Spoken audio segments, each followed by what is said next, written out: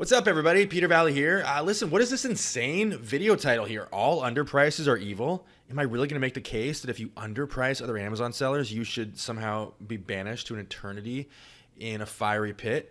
Yeah, sort of. I'm going to make the case by the end of this video as to why underpricing other sellers is short-sighted and only hurts yourself. And this subject really triggers some people. So listen, if you're one of those Amazon sellers that underprices other sellers, you're going to have to make a decision by the end of this video. Are you going to change your opinion and join the side of righteousness? Or are you going to keep underpricing other sellers and essentially condemn yourself to an eternity in hell? Okay, that's your decision you have to make. Okay, so what are we going to cover in this video? Number one, I personally am a recovering underpricer. I'm guilty of exactly this thing. I'm going to tell that story. Number two, the 5 reasons you should never underprice other sellers. Number 3, why matching is always best. Spoiler alert. Number 4, there are a couple of exceptions to this rule, and I'll get into what those are. Okay, so my name is Peter Valley, and I'm in recovery. I'm here to tell you right now that I'm a recovering underpricer. I'm going to tell that story very briefly. I kicked the habit in one day, one particular moment, actually. I'll tell you that story. Forgive the typo there. I was shamed by a competitor. I was doing my Amazon repricing one day. Actually, not my Amazon repricing. I'd done my Amazon repricing manually the night before, and I woke up to an email from a competitor, someone selling a product that I was also selling. And it was a wall of text. This person emailed me and they said, "What are you doing? You keep underpricing me by 5 cents. This is pointless. Nobody wins. You underprice me by 5 cents and I have to go and underprice you by 5 cents. This is madness. If everybody stopped doing this, prices would stay high for all sellers. Instead, we have to drive each other down in a crazy race to the bottom, and it's completely insane. It makes no sense." After I got completely destroyed verbally by the seller in his email, I was like, you know what? He's actually right. Like everything he said, I couldn't refute a single thing he said. It was completely insane. There was no reason for me to be underpricing him, and this applies to all my inventory, all the people I was competing against by 5 cents or 10 cents or 50 cents or anything. It made 0 sense. If I held my ground and just matched this person and everyone else came along and just matched me, then guess what? We would all make so much more money. And so I really look at this as like a David and Goliath type of scenario where it's kind of, obviously the name of this video is kind of tongue in cheek. It's not really good versus evil, but sort of. Like the mega sellers are the ones that ruthlessly chase the prices down, and us small to mid-sized sellers, we're the ones trying to fight them off. So we should not be playing their game, and that's part of the problem that I'm here to fix. Okay, so the 5 reasons you should never underprice any other seller. This is not about something you should do for them. It's something that affects you and negatively impacts you. This isn't some altruistic gesture.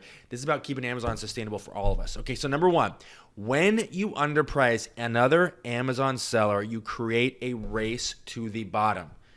This is the number 1 reason that underpricing other sellers makes 0 sense. So if you underprice another seller by a penny or 5 cents or 10 cents or whatever, what do? You put them in the unfortunate position of having to do the exact same thing to you.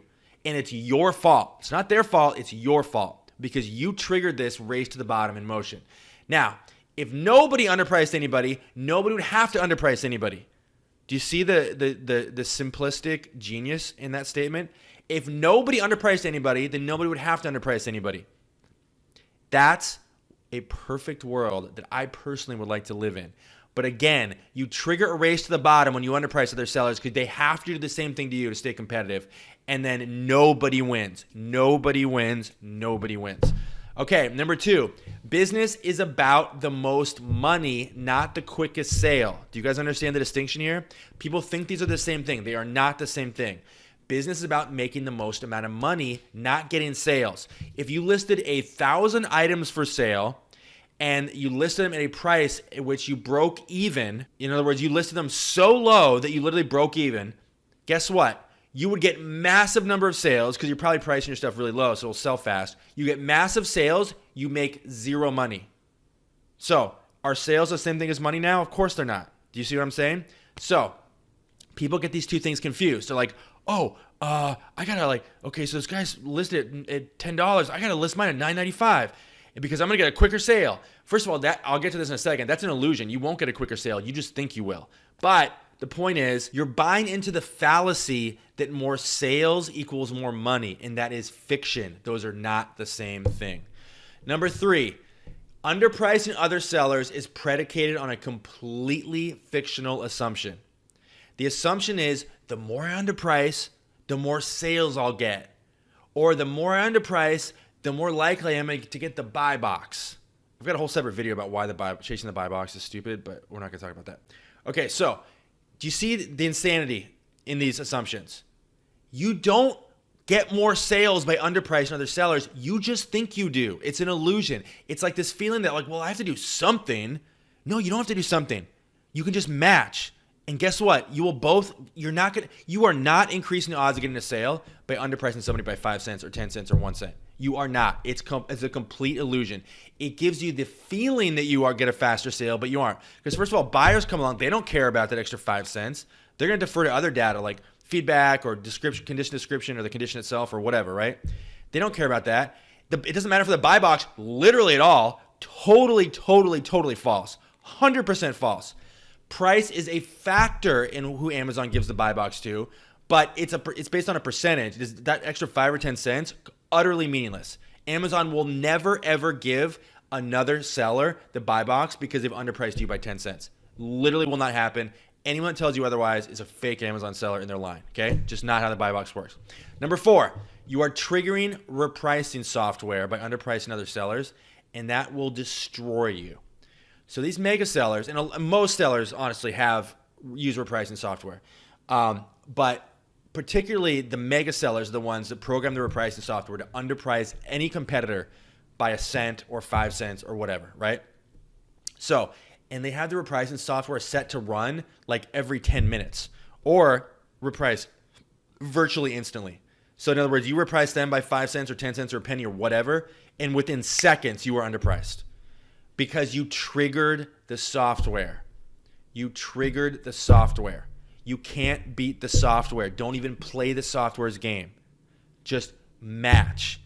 It's crazy to me how many people out themselves as being clueless about business and honestly like mega sellers or just short-sighted by defending these kind of practices. It's bonkers. Number 5, you're not a drug addict. You're not. I hope you're not. You're not, are you? I hope you're not. The only excuse for underpricing other sellers is that you're a drug addict. So if you underprice other sellers, there is nothing else we can assume other than you are literally hooked on massive amounts of illegal drugs. There is no other excuse. Now, if you're hooked on massive amounts of illegal drugs, then you got a good excuse because you got to get your fix or however that works. You got to get the money really fast to get your drugs. Okay? Now, if you underprice other sellers, all you're saying to the world is that you're a completely out of control, degenerate, raging drug addict. Because again, there would be no other excuse for you to underprice other sellers. Because if you're pricing like a drug addict, you got to be one, right? What else are we left to assume? So don't act like a drug addict. If you're not a drug addict, don't underprice other sellers. Okay. The solutions here. What are the solutions? What are the alternatives I'm offering? It's really, really simple. You just match the lowest price. If you're thinking about underpricing the lowest seller, just match them. It's so simple, okay? Or, and by the way, and this is kind of a separate subject, you guys know, right? You also have the option to price it higher than the lowest price, right? Like a lot of people don't even consider this. They think they just have to blindly always match the lowest price. You don't have to do that. You can price higher. That's an option. It's not always it doesn't always make the most sense, but you have that option. So a lot of people don't even think about that when they're repricing. Okay, so there are actually times where I will underprice. After all the venom I just spewed on underpricers, there actually is situations where I will underprice other sellers. Okay, so number 1, anytime the lowest offer is at odds with my pricing formula, fundamentally. So in other words, if they, and you see offers like this where it's it's just some random, it could be a romance novel or whatever, and it's priced at $199. And you're just like, what? There's no way anyone's going to buy that. And it's probably a repricing tool to just set the price that high. Maybe by accident, maybe not. But the point is, if I look at a book or something, I sell books, but whatever it is, if I look at a book and I'm like, okay, there's no way this will ever sell at this price, I won't hesitate to underprice because it just means there was a mistake that was made. And I'm choosing to sort of disregard that lowest offer. Okay, another example, a book with a poorly ranked book, and I say books here because I sell books, but these principles apply to whatever category you're selling it. A poorly ranked book with exorbitant FBA price. So as an FBA seller, a lot of times, like I'll see an offer, and maybe the lowest merch fulfilled price is like $20, but the lowest FBA will be like $300, and it's like, well, I don't really think that's very realistic of a price. So especially for poorly ranked items, so I'm going to go ahead and just disregard that lowest FBA price and match, price somewhere else. But those are a couple examples, but like generally I won't do it. It's very rare for me to underprice anyone for any reason. Now, I got to do this, you guys. My other videos are aimed solely to educate. This one is aimed to educate as well, but it's impossible for me to not turn this into an advertisement, okay? I developed a repricing tool called NeuroPrice. NeuroPrice gives you the precision of repricing manually, but with the time-saving features of automated repricing software. It's the best of all worlds. It's the first automated repricer that has no blind spots. You can price against the first, second, and third lowest FBA price, and it works directly inside Seller Central, just like Amazon's repricer. It's the best of all worlds. I built it to solve my own problem. Now you guys get to benefit, something I've used internally in my business for years. I'm making it public. Hit the link below, you guys. You get to offer a 14-day free trial. You can sign up in 60 seconds. We make this super easy. You install NeuroPrice with one click, and you can hit the ground running and be repricing literally in seconds. The link is either next to or below this video. Okay, that's got you guys. That's it. I realized I put some heat on you underpricers today. I want you to really think about what I said if you are an underpricer. The reason I say that is it took somebody like being this harsh with me for me to get it and for me to stop my underpricing.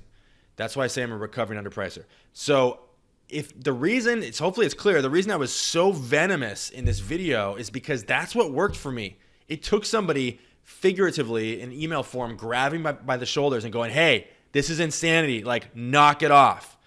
So that's what I'm trying to do with you in this video. So the golden FBA rule, sort of, I guess, or golden Amazon rule would be do unto others, other sellers, as you would have them do unto you.